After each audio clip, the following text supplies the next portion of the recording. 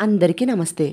శ్రీ కొమ్మూరి సాంబశివరావు గారు రచించిన suspense thriller detective నవల 'భయం లేదు' తర్వాత భాగం. ముందు భాగాల కోసం డిస్క్రిప్షన్లో మరియు కామెంట్ బాక్స్లో ఈ నవల ప్లేలిస్ట్ లింక్ ఉన్నది, ఒకసారి చూడండి. ఇక కథలోనికి వెళితే, మళ్ళీ పుస్తకం తెరిచాడు. మళ్ళీ టెలిఫోన్ మోగింది. Yugandhar speaking. Yes mister Ramurthy. Thank you very much. చెప్పండి. అలాగా? అంతే, అవును. నేను అలాగే అనుకుంటున్నాను. ఓహో, కార్డిజాన్ ట్రేస్ ఉందన్నమాట. ఉండాలి. అదేమిటి, నాకు తెలియదు. రిటాలిన్ అంటే కెమికల్ ఫార్ములానా? ఓహో, that is really A news to me. Thank you. Receiver పెట్టేశాడు. పుస్తకం మూసేశాడు. క్రిజ్లర్ కారు అంబాసిడర్ వెనక పోర్టుకోలో ఆపాడు యుగంధర్. హాల్లోనికి వెళ్ళాడు. రైలు ప్రయాణానికి సిద్ధంగా ఉన్నట్లు అందరూ సామాన్లు సర్దుకుని హాల్లో పెట్టుకుని కూర్చున్నారు. మీకోసమే కాచుకునున్నాం. మీరు వచ్చేటప్పటికి ఇల్లు తాళం వేసి ఉండటం మర్యాద కాదని అన్నాడు పురుషోత్తం. యుగంధర్ నవ్వి, thank you for your good manners అన్నాడు. ఇక ఇంకొక రాత్రి కూడా ఈ ఇంట్లో ఉండటానికి గ్రేగరీ ఒప్పుకోవటం లేదు. తన మాట వినకుండా ఎదిరించి, నేను ఇక్కడే ఉండేటట్లు ఉంటే ఎంగేజ్మెంట్ క్యాన్సిల్ చేసి అమెరికా వెళ్ళిపోతానని బెదిరిస్తున్నాడు అన్నది రాధ. యుగంధర్ సిగరెట్ వెలిగించి నిమిషం పాటు గట్టిగా పొగ పీల్చి వదులుతూ ఆలోచిస్తూ ఉండిపోయాడు. చీకటి పడుతుంది, బయలుదేరదాం అన్నాడు గ్రేగరీ. మిస్టర్ గ్రేగరీ, మిస్ రాధా, నేను చెప్పే విషయాలు జాగ్రత్తగా వినండి. తర్వాత మీ నిర్ణయం మీరు చేసుకోండి. అసలు మీరు నా దగ్గరికి ఎందుకు వచ్చారు? ఈ ఇల్లు ఎవరో కొంటామంటున్నారు. దీని ఖరీదుకు రెట్టింపు ఇస్తామంటున్నారు. దెయ్యాలున్న ఇల్లు అయినా అభ్యంతరం లేదు అంటున్నారు. ఈ ఇంట్లో నిజంగా దెయ్యం ఉందా, లేక ఎవరైనా ఇవన్నీ కల్పించి, భ్రమలు కల్పించి, భయపెట్టి ఈ ఇంట్లోంచి మిమ్మల్ని పంపించి వేయటానికి ప్రయత్నిస్తున్నారా అని తెలుసుకోవటానికి నా సహాయం కోరారు. జ్ఞాపకముందా అడిగాడు. రాధ తల ఊపింది. గ్రేగరీ మాట్లాడలేదు. ఈ ఇంట్లో జరుగుతున్న సంఘటనలు మానవాతీతంగా ఉన్నాయని, ఈ ఇంట్లో దెయ్యం ఉండవచ్చునని నేను ఒప్పుకుంటున్నాను. కానీ ఈ ఇంట్లో దెయ్యం ఉన్నదని, అన్ని పనులు చేస్తున్నదని నాకు నిర్ధారణ కాలేదు అన్నాడు యుగంధర్. ఇంకా ఏం నిర్ధారణ కావాలి అడిగాడు గ్రేగరీ. మిస్టర్ గ్రేగరీ, ఇంకొక రాత్రి ఈ ఇంట్లో గడుపుదాము. భుజంగరావు అంటే భుజంగరావు దెయ్యం మనల్ని ఈ ఇంట్లోంచి వెళ్ళిపోమంటున్నది, అంతేకాని మనల్ని చంపటం లేదు. అంతేకాక భుజంగరావు దెయ్యాన్ని కొన్ని ప్రశ్నలు వేయాలి. ఆ దెయ్యం రాధకి జవాబులు చెప్పాలి. చెప్పిన తర్వాత ఈ ఇల్లు ఆ దెయ్యానికే వదిలిపెట్టి వెళ్ళిపోదాం అన్నాడు యుగంధర్. ఏమిటా ప్రశ్నలు అడిగింది రాధ. చెబుతాను, ఈ రాత్రికి ఇక్కడ ఉండటానికి మీరు ఒప్పుకునేటట్లు ఉంటే అన్నాడు యుగంధర్. దెయ్యాన్ని ప్రశ్నలు వేయటం, దెయ్యాన్ని జవాబులు అడగటం, అదంతా డేంజరస్. అసలు ఈ దేశమే అంటున్నాడు గ్రేగరీ. యుగంధర్ మొహంలోకి చూసింది రాధ. యుగంధర్ తనకి ఏదో కళ్ళతో చెబుతున్నాడు. ఏమిటది? ఈ ఇంట్లో ఈ రాత్రి ఉండమనా? రాధ సోఫాలోంచి లేచి గ్రేగరీ దగ్గరికి వెళ్ళింది. డార్లింగ్, మొండితనం వద్దు. మన కోసం ఫీజు కూడా అడగకుండా తన పని అంతా మానుకుని వచ్చారు యుగంధర్ గారు. ఆయన మాట కాదని మనం వెళ్ళిపోవటం. Please my dear, I beg you అని అతని మెడ చుట్టూ చేతులు వేసింది. గ్రేగరీ రాధ చేతుల్లో మైనం ముద్ద. ఆల్ రైట్, నీ ఇష్టం. ఈ దెయ్యాల కొంపలో నువ్వు ఇంకొక రాత్రి ఉంటానంటే సరే అన్నాడు.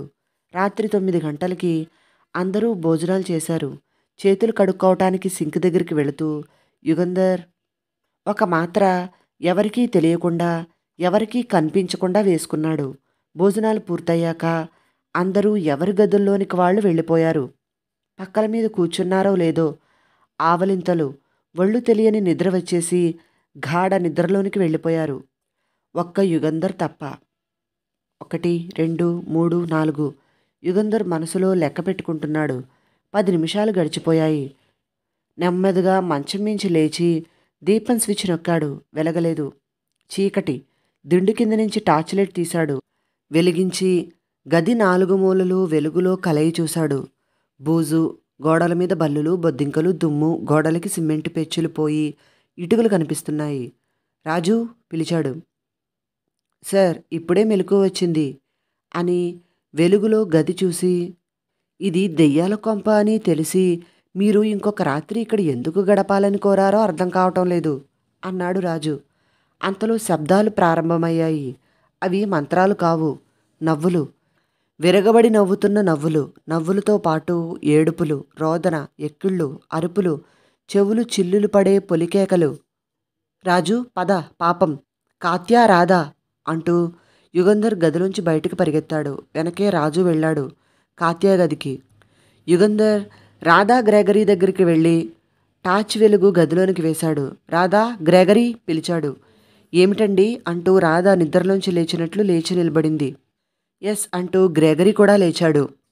యుగంధర్ చేతిలో టార్చ్ వెలుగు గది 4 మూలలా వేశాడు. మై గాడ్, మళ్ళీ మనం దెయ్యాల కొంపలోకి అంటున్నాడు గ్రెగరీ. అవును, దెయ్యాల కొంపలోనికి వచ్చాం. అసలు నువ్వు ఉన్నదే దెయ్యాల కొంప. అది భుజంగరావు కంఠస్వరం. రాధా గ్రెగరీ మౌనం వహించారు. ఎక్కడి నుంచి వినిపిస్తున్నాయి ఆ మాటలు? నా శక్తులు మీకు చూపించినా మీరు అహంకారంతో నన్ను ధిక్కరిస్తున్నారు. చూడండి నా శక్తి. మీరు గదిలోంచి బయటికి వెళ్ళలేరు. ఆ యుగంధర్ ఒక్క అడుగు కూడా వేయలేడు, గదిలోనికి రాలేడు. మళ్ళీ భుజంగరావు మాటలు వినిపించాయి. యుగంధర్ ఒక్క అడుగు వేశాడు గదిలోనికి. అంతే, వళ్ళు జలధరించింది. ఎవరో విసిరి పాడేసినట్లు వెనక్కి వెళ్ళి పడిపోయాడు నడవా గోడ మీదకి. వాట్ ఈస్ దిస్ అంటూ గ్రెగరీ ఒక్క అంగలో తలుపు దగ్గరికి వచ్చి నడవాలోనికి వెళ్ళబోయాడు. అంతే, ఒళ్ళంతా జల్లుమన్నది. వెనక్కి పడిపోయాడు. ఎవరూ బలంగా తోసినట్లు విసురుగా కింద పడిపోయాడు. అంతలోనే వెర్రి నవ్వు ఒకటి వినిపించింది. రాజు కాత్యా గదిలోనికి పరిగెత్తాడు. కాత్యా, కాత్యా, నువ్వు అరుస్తున్నావా అడిగాడు. లేదే, ఎందుకు అని ఆవలిస్తూ నిద్రలోంచి లేచినట్లు లేచింది కాత్యా. రాజు టార్చ్ వెలుగు గదిలోనికి వేయగానే, మళ్ళీనా, టైం ఎంతయింది అడిగింది కాత్యా. సరిగ్గా 1 గంట అన్నాడు రాజు. అంటుండగానే తలుపు మూసుకున్నది. మూసుకుంటున్న తలుపుని మూసుకోనివ్వకుండా తెరిచి ఉంచటానికి రాజు ప్రయత్నించాడు. రాజు బలం చాలలేదు. తలుపు మూసుకుపోయింది. ఏమిటి రాజు ఇది? తలుపు దానంతటది ఎలా మూసుకున్నది అడిగింది కాత్యా. అర్ధరాత్రి ఈ ఇంట్లో జరిగే ఏ సంఘటనైనా ఎలా జరిగింది, ఎవరు చేశారు అంటే ఎవరు చెప్పగలరు? మానవాతీత శక్తి అంటున్నాడు రాజు. ఇప్పటికైనా జ్ఞానం వచ్చిందా, లేక ఇంకా నా శక్తి రుచి చూస్తారా అన్న మాటలు వినిపించాయి వాళ్ళకి. ఆ తర్వాత క్షణం నుంచి గది వేడెక్కడం ప్రారంభించింది. వేడెక్కి వేడెక్కి రాజుకి కాత్యాకి చెమటలు పోస్తున్నాయి. ఇంకా వేడెక్కుతోంది. వేడి భరించలేకుండా ఉన్నారు వాళ్ళిద్దరూ. రాజు, ఏమిటిది? ఇక ఈ వేడి తట్టుకోలేము, మన రక్తం ఉడికిపోయి చచ్చిపోతాము అన్నది కాత్య. రాజు మాట్లాడలేదు, ఆలోచిస్తున్నాడు. ఈ రాత్రి తమని చంపేయటానికి నిశ్చయించుకున్నదా ఆ దెయ్యం అనుకుంటున్నాడు. యుగంధర్ కింద పడినప్పుడు టార్చ్ కింద పడి పగిలింది. ఆరిపోయింది. కటికి చీకటి.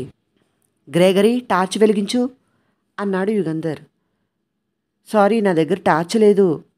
ఏమైంది కేకేశాడు యుగంధర్. తెలియదు, దిండి కింద లేదు. నా సిగరెట్ లైటర్ కూడా లేదు అన్నాడు గ్రెగరీ. అంతలో ఎవరో తనని డొక్కలో తన్నినట్లు పక్కకి పడ్డాడు యుగంధర్. లేవబోయాడు. మళ్ళీ దేనితోనో ఒక పెద్ద కర్రలాంటి దానితో వీపు మీద కొట్టినట్లయింది. కోపంతో యుగంధర్ ఒక్క గెంతున లేచాడు. అంతే, దెబ్బ టపటప. దెబ్బ తర్వాత దెబ్బ. ఊపిరి ఆడకుండా, చెయ్యి కాలు కదలనివ్వకుండా యుగంధర్కి ఒంటి మీద దెబ్బలు తగిలాయి. మోకాల మీద పెద్ద దెబ్బ తగిలింది. మళ్ళీ కింద పడ్డాడు. అంతలోనే నవ్వు వినిపించింది. చాలా, ఇంకా శిక్ష కావాలా? అది భుజంగరావు కంఠస్వరం. దగ్గరలోంచి కాదు, చాలా దూరం నుంచి, ఎక్కడి నిండో వినిపిస్తున్నట్లు వినిపిస్తుంది. యుగంధర్ మాట్లాడలేదు. రక్తం, రక్తం, ఎర్రని రక్తం అతని మాటలు వినిపించాయి. ఆ మాటలు వినిపించగానే విపరీతమైన బాధ, మంట. తన శరీరంలో ఎక్కడ ప్రారంభమైందో కూడా తెలియనంత మంట. ఎంత బాధకైనా ఓర్చుకోగలిగిన యుగంధరే ఒక్క మూలుగు మూలిగాడు. జబ్బలో కత్తి దిగబడింది. రక్తం కారుతోంది, మండిపోతుంది. యుగంధర్ మూలుగుతూ మూలుగుతూ ఉండగా స్పృహ పోయింది.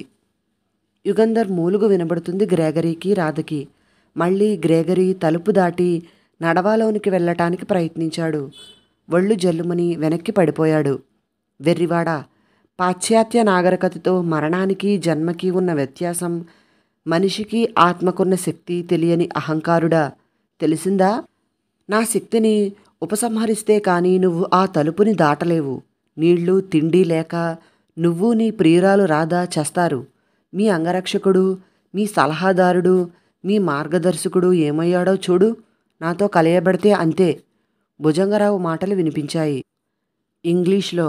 మరుక్షణం నడవాలో కాంతి వచ్చింది. అది కళ్ళు జిగేలుమనే కాంతి.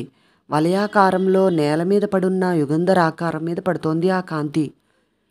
యుగంధర్ని చూడగానే కెవ్వున కేక వేసింది రాధ. గ్రేగరీ చూడలేక కళ్ళు మూసుకున్నాడు. యుగంధర్ చేతులు, మొహం, మెడ అంతా రక్తం. ఎర్రని రక్తంతో తడిసి తల నిండా రక్తంతో స్నానం చేసినట్లున్నాడు. చలనం లేదు, పడుకున్నాడు. రాధకి మతిపోయినట్లు అనిపించింది. కెవ్వున కేకలు పెట్టింది. రాజు, ఏమిటది? మన రక్తం ఉడికి ఉడికి పొంగి చచ్చిపోతాము అన్నది కాత్య. ఒక విషపు నవ్వు వినిపించింది. మిమ్మల్ని చంపాలంటే ఇంకా బాధపెట్టి చంపగలను. శరీరానికున్న పరిమితులు తప్పించుకున్నా ఆత్మలకి ఉన్న శక్తి ఏమిటో ఇంకా శరీరాలతో ఉన్న మీ ఆత్మలకేం అర్థమవుతుంది? వేడి, చల్లదనం, నిప్పు, నీళ్లు ఏదైనా త్రుటికాలంలో పుట్టించగలను, ఆర్పేయగలను. బుద్ధి వచ్చిందా లేదా అంటున్నాడు. గదిలో వేడి తగ్గుతోంది. తగ్గి తగ్గి చల్లబడుతోంది. రాజు, కాత్యాల శరీరాలు చల్లబడి ప్రాణం లేచి వచ్చినట్లయింది. కానీ ఆ చల్లదనం అంతటితో ఆగలేదు. ఇంకా చల్లబడుతోంది. ఇంకా ఇంకా చల్లబడుతోంది. ఇద్దరూ గజగజ వణికిపోతున్నారు. రక్తం గడ్డకట్టుకుపోతున్నది. ఇక ఆ చలి భరించలేక కాత్య రాజును కావలించుకున్నది. అతని ఒంటివేడి అయినా తనకి కాస్త వేడినిస్తుందని. రాజు ఒళ్ళు కూడా మంచుగడ్డలా ఉంది. పళ్ళు గజగజమంటున్నాయి. రాజు, చలి అంటుంది కాత్య. రాజు ఆలోచిస్తున్నాడు. తను ఏదో చెయ్యాలి. ఏమైనా చెయ్యాలి. ఎలా అయినా ఈ దుస్థితిలోంచి తప్పించుకోవాలి. మళ్ళీ ఒక విషపు నవ్వు వినిపించింది. మిమ్మల్ని బాధ పెట్టడం నాకు ఇష్టం లేదు. నా శక్తులు నిరూపించటానికే. భయపడకండి. కంఠస్వరం వినిపించింది. చల్లదనం పోతోంది. పోయి వెచ్చదనం వస్తోంది. రాజు, కాత్యాల రక్తం వెచ్చబడుతోంది. చేతులు రుద్దుకుంటున్నారు. మీ మూర్ఖత్వం మానండి. రేపు ఇల్లు ఖాళీ చేసి వెళ్ళిపోండి. మీరంతా వెళ్ళిపోతే ఆ మూర్ఖురాలు రాధ కూడా వెళ్ళిపోతుంది. భుజంగరావు మాటలు వినిపించాయి. రాజు టార్చ్ వెలుగు తలుపు పైన వేశాడు. తలుపు తెరుచుకుంటోంది. అంతే. కాత్యాని తీసుకుని గదిలోంచి ఒక్క పరుగు తీశాడు. గది తలుపు దాటాడో లేదో చేతిలో టార్చి ఎవరో విరగగొట్టినట్లు ఎగిరి వెళ్ళి ఎక్కడో పడింది. ఎక్కడో దూరాన్న పడిందని చప్పుడుని బట్టి తెలిసింది. అంతే. చీకటి, కటిక చీకటి. ఆ చీకట్లో రాధ పొలికేకలు. రాజు పరిగెత్తాడు అటు. రాధ గదిలోనికి వెళ్ళటానికి అడుగు వేశాడు. అంతే. ఎవరో తోసినట్లు వెనక్కి పడిపోయాడు. ఆ పడడం యుగంధర్ మీద పడ్డాడు. ఎవరో కాత్యాని తోసినట్లయింది. కాత్య కూడా వెనక్కి పడింది. కాత్య రాజు మీద పడింది. రాజు, ఎలక్ట్రిక్ షాక్ తగిలినట్లయింది అన్నది రాజుతో. నాకు కూడా. యుగంధరేరి అడిగాడు రాజు. రాధ కేకలు వేస్తూనే ఉంది. అంతలో దేదీప్యమైన వెలుగు పడింది నడవాలోకి. ఆ చివరి నుంచి ఎవరో స్పాట్లైట్ వేసినట్లు ఆ వెలుగులో రక్తం మడుగులో పడున్న యుగంధర్ని చూశారు రాజు, కాత్య. రాజుకి పిచ్చి కోపం వచ్చేసింది. లేచి పరిగెత్తాడు దీపం వైపు. 4 అడుగులు వేశాడో లేదో పైనుంచి తల మీద ఏదో బరువుగా పడింది. అంతే. నేల మీద కుప్పగా పడిపోయాడు. స్పృహ పోయింది. రాజు పడిపోవడం చూసింది కాత్య. యుగంధర్ నాడి పరీక్ష చేసింది కాత్య. కొట్టుకుంటోంది. కాత్య లేచి నిలబడింది. రాజు దగ్గరికి వెళ్ళాలి. అతనికి ఎంత దెబ్బ తగిలిందో అనుకుంటోంది. పైనుంచి ఏదో పడింది. ముసుగులా మొహానికి అడ్డంగా తల నుంచి మెడ వరకు బిగుసుకుంటోంది. 2 చేతులతో దాన్ని పట్టుకుని లాగుతోంది కాత్య. కానీ అది రావటం లేదు సరికదా. అలా పైకి లేస్తోంది. కాళ్ళు నేల మీద నుంచి పైకి వెళ్ళిపోతున్నాయి. ఇంకా పైకి వెళ్ళిపోతుంది. మెడకి ఉచ్చు బిగుసుకోకుండా మెడకున్న ఆ తాడుని పట్టుకుంది గట్టిగా. అరవలేదు. అరవటానికి ఊపిరి అందటం లేదు. బలం లేదు. పైకి పైకి వెళ్ళిపోతుంది. కాత్య అలా చీకట్లోనికి వెళ్ళిపోవటం, అలా పైకి వెళ్ళిపోవటం కళ్ళప్పగించి చూస్తున్నాడు గ్రేగరీ. యుగంధర్ పొరపడి ఉండాలి. ఈ ఇంట్లో దెయ్యం ఉండి ఉండాలి అనుకుంటున్నాడు మనసులో. రాధా, ఇప్పుడైనా ఒప్పుకుంటావా ఈ ఇంట్లో నువ్వు ఉండలేవని? భుజంగరావు కంఠస్వరం. ఒప్పుకుంటున్నాను. నేను వెళ్ళిపోతాను. కానీ నా ప్రశ్నలకి సమాధానాలు చెప్పు అడిగింది. నీ ప్రశ్నలకి నేను జవాబులు చెప్పాలా? చెబితే కాని వెళ్ళవా? ఇంకా నీ అహంకారం పోలేదు.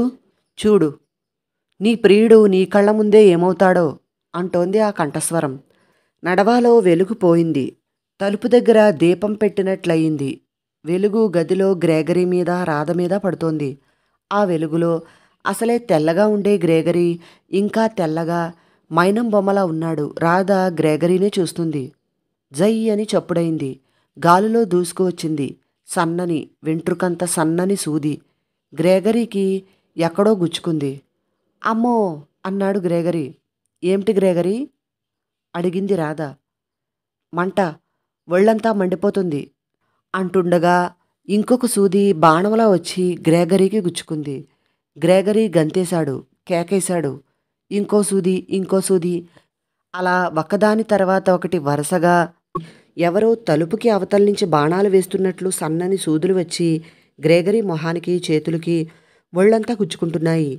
బాధ, మంట, రక్తంలో కారం కలిసినట్లు భరించలేని మంట. గ్రేగరీ అలా కేకలు వేస్తూ వేస్తూ పడిపోయాడు నేల మీద. అతనికి స్పృహ పోయింది. ఇంకా నాతో చర్చించాలని ఉందా? ఇల్లు వదిలి వెళ్ళిపోతావా? కంఠస్వరం వినిపించింది. గజగజ వణికిపోతోంది రాధ. గ్రేగరీ ఏమయ్యాడు? చచ్చిపోయాడా? ఆయన యుగంధర్ చెప్పిన విషయం జ్ఞాపకం వచ్చింది. ధైర్యం తెచ్చుకుంది. భుజంగరావు గారు, మీ ఆత్మకి అద్భుతమైన శక్తులున్నాయని, మీరు తలుచుకుంటే మమ్మల్ని క్షణంలో చంపగలరని ఒప్పుకుంటున్నాను. అయినా నా ప్రశ్నలకు జవాబు చెప్పనిదే నేను నా ఇల్లు వదిలి వెళ్ళను. నన్ను చంపుతారా? చంపేయండి. అప్పుడు నేను దెయ్యమై వచ్చి నా ఆత్మశక్తితో మిమ్మల్ని వేధిస్తాను అరిచింది కోపంగా. పిచ్చిదానా, చచ్చిపోయినంత మాత్రాన ఆత్మకి శక్తులు రావు. దెయ్యము కాదు, దానికి ఎన్నో ఉపాసనలు చెయ్యాలి. అన్నీ చేస్తాను. నీ అజ్ఞానాన్ని, నీ అహంకారాన్ని చూస్తే నాకు కోపం వస్తున్నా నీ ధైర్యాన్ని చూస్తే సంతోషం కలుగుతుంది. ఏమిటి అడుగు, చెబుతాను. మిమ్మల్ని మోసం చేసిన మా ముత్తాత సోమయాజులు ఇప్పుడు ఎక్కడో ఇంకొక జన్మ ఎత్తి ఉండో లేక దెయ్యంగా ఉండో ఉండాలిగా. మా ముత్తాతని వేధించకుండా మీరు నన్నెందుకు వేధిస్తున్నారు అడిగింది. మంచి ప్రశ్న. మీ ముత్తాత 3 జన్మలు పూర్తయ్యి ఇప్పుడు 4వ జన్మలో ఉన్నాడు. అది ఆడజన్మ. నువ్వే నువ్వే సోమయాజులివి. నవ్వు వినిపించింది. నే నేనా? నా ముత్తాత సోమయాజుల్నా? మిమ్మల్ని ఇంత మోసం చేసిన నన్ను, అంటే సోమయాజుల్ని చంపేయక ఇల్లు వదిలి ఎందుకు వెళ్ళమంటున్నారు అడిగింది. విశ్వాసఘాతకుడు, ద్రోహి, నమ్మిన స్నేహితుడిని మోసం చేసిన మోసగాడు సోమయాజులు.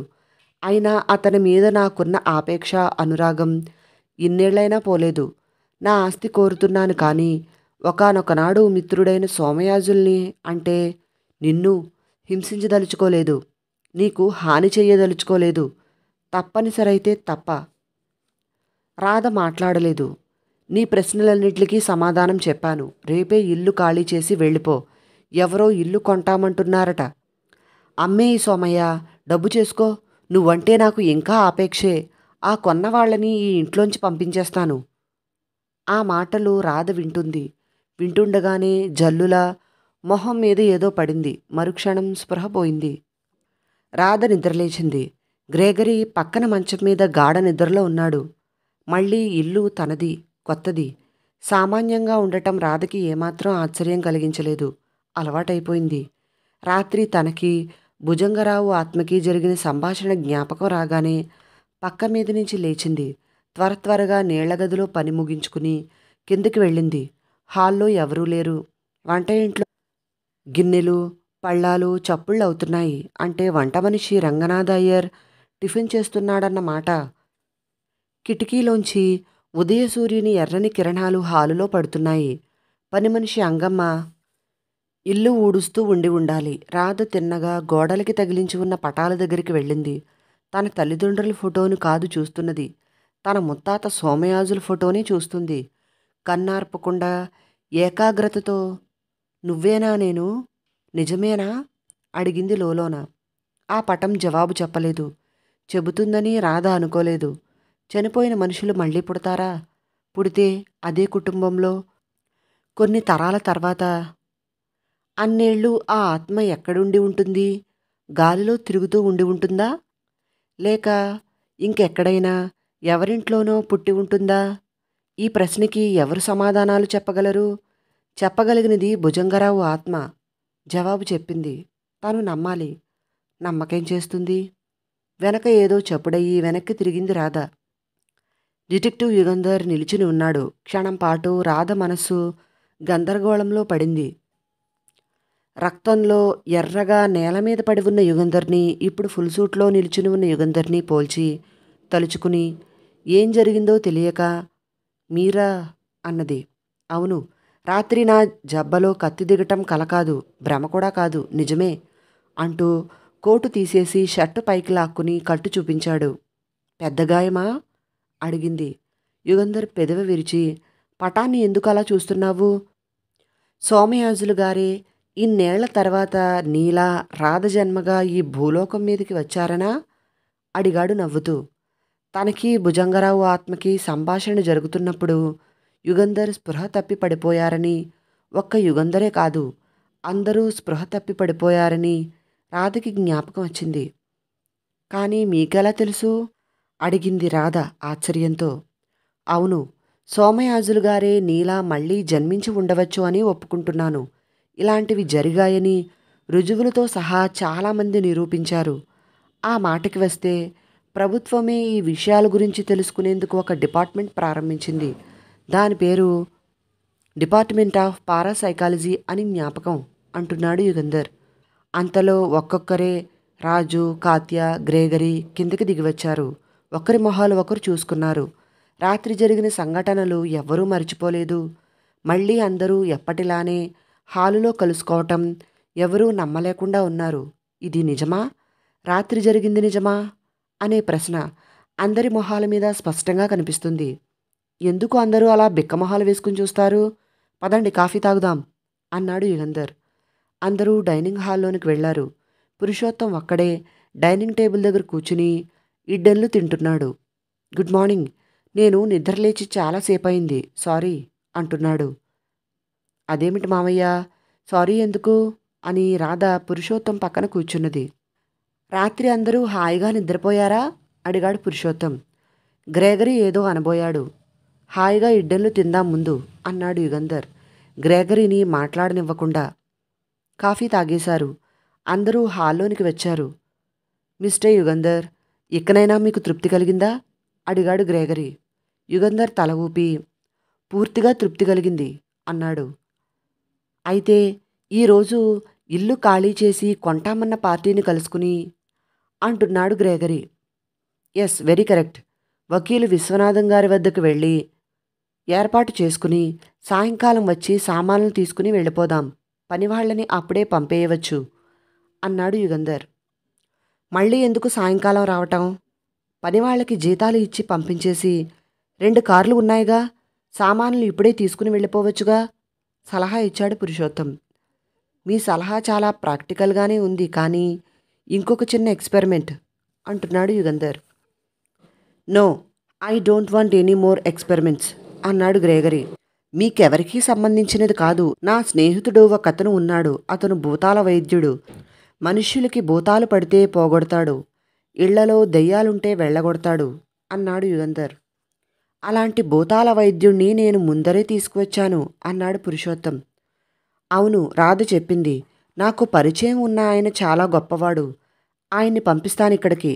రాధ, గ్రేగరీ, కాత్య, రాజు, నేను ఇప్పుడు వెళ్ళిపోతాం. మీరు పనివాళ్ళు దయచేసి ఇక్కడ ఉండండి. అతను ఏ 12 గంటలకో వస్తాడు. దాదాపు అదే టైంకి మేము వస్తాము. ఇల్లు ఖాళీ చేసి వెళ్ళిపోదాం అన్నాడు యుగంధర్. ఆల్ రైట్, మీకు అది తృప్తినిచ్చేటట్లుంటే అలాగే అన్నాడు పురుషోత్తం.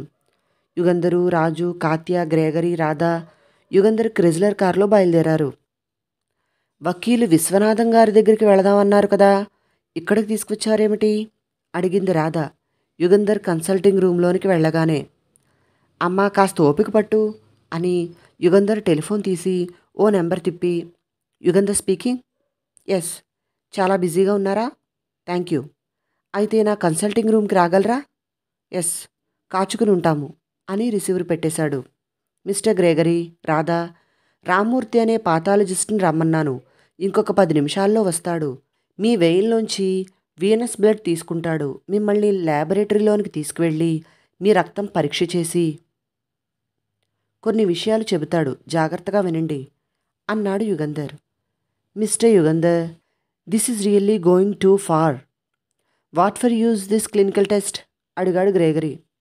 పరీక్ష అయిన తర్వాత రామ్మూర్తి చెబుతాడన్నానుగా. ఆ మాత్రం ఓపిక పట్టలేరా? రక్తం తీస్తున్నప్పుడు బాధ భరించలేరా? విసుగ్గా అడిగాడు యుగంధర్. సారీ, సరే అన్నాడు గ్రేగరీ. రాజు, కాత్య ఇక్కడే ఉంటారు. నేను ఇప్పుడే ఒక చోటుకి వెళ్ళి వస్తాను, చిన్న పనున్నది అని యుగంధర్ వెళ్ళిపోయాడు. యుగంధర్ తిన్నగా స్థానిక స్పెషల్ బ్రాంచ్ ఆఫీస్కు వెళ్ళాడు. స్థానిక ఎస్బీఐ చీఫ్ యుగంధర్ని చూడగానే కుర్చీలోంచి లేచి హ్యాండ్షేక్ ఇచ్చి, ఏమిటి ఇలా వచ్చారు? ఏదో విశేషం ఉండి ఉండాలి. అంటే మాకు ఏదో పని తగిలిందన్నమాట అన్నాడు నవ్వుతూ. కథ కొనసాగుతుంది. తర్వాత ఏం జరిగిందో వచ్చే భాగంలో తెలుసుకుందాం. విన్నందుకు అందరికీ చాలా చాలా థ్యాంక్స్. నచ్చితే వీడియోని లైక్ చేసి నా ఛానల్ను సబ్స్క్రైబ్ చేసుకోండి ప్లీజ్. మరిన్ని కథలు, నవలల కోసం డిస్క్రిప్షన్లో మరియు కమెంట్ బాక్స్లో ప్లేలిస్ట్ల లింక్స్ ఉన్నాయి, ఒకసారి చూడండి. ధన్యవాదములు. మీ ప్రసన్న.